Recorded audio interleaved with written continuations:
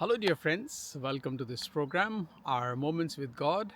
And I hope I'm not wrong as I'm presuming that through these videos, you are becoming more aware of the need to go deeper into our spiritual life.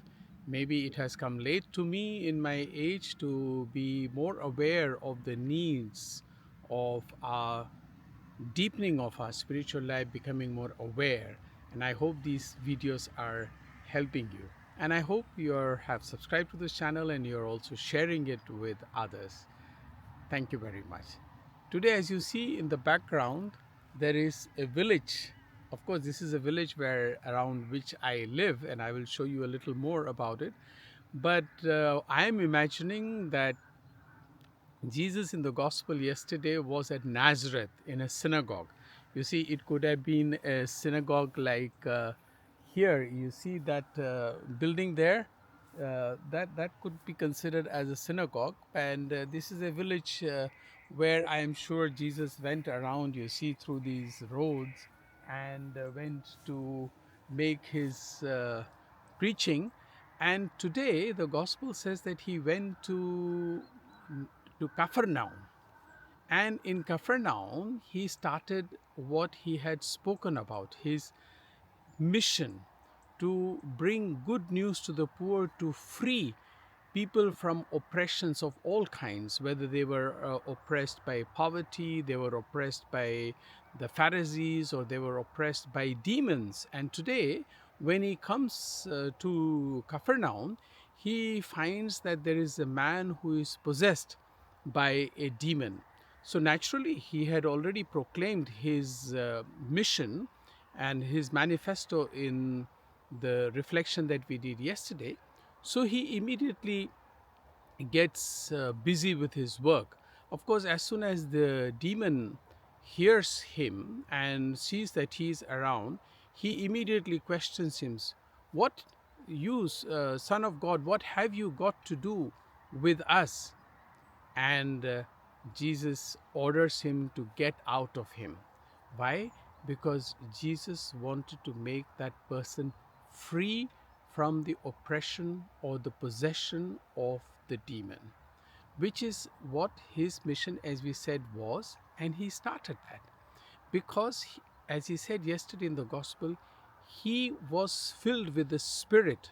That's how he picked up the book of Isaiah and read that passage. And he had said, "Today in your hearing, this passage is being fulfilled. The Spirit of the Lord is upon me." And very interestingly, in the first reading today, Saint Paul is once again mentioning about the Spirit of God and how the Spirit can go deep into our heart to examine, to really test our spirit. And Saint Paul, he was, of course, so obsessed with the Spirit of God, and he too was traveling around in various places. You see, this goes to villages.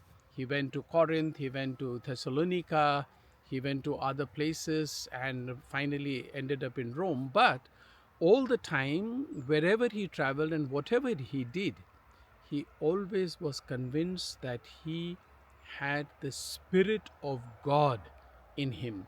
And what he was speaking was from the Spirit of God and from the wisdom of God. And today, in the first reading, he makes it very clear that if you are possessed with the spirit of the world, then of course you cannot find the Spirit of God. The Spirit of God and the spirit of the world, or the spirit of human beings, cannot go together. In other words, what he is saying is that we all need, as I also keep on saying in my videos, to take on the Spirit of God that has been given to us. We all have the gift of the Holy Spirit, and it is the Spirit alone that can lead us into an inner spiritual renewal.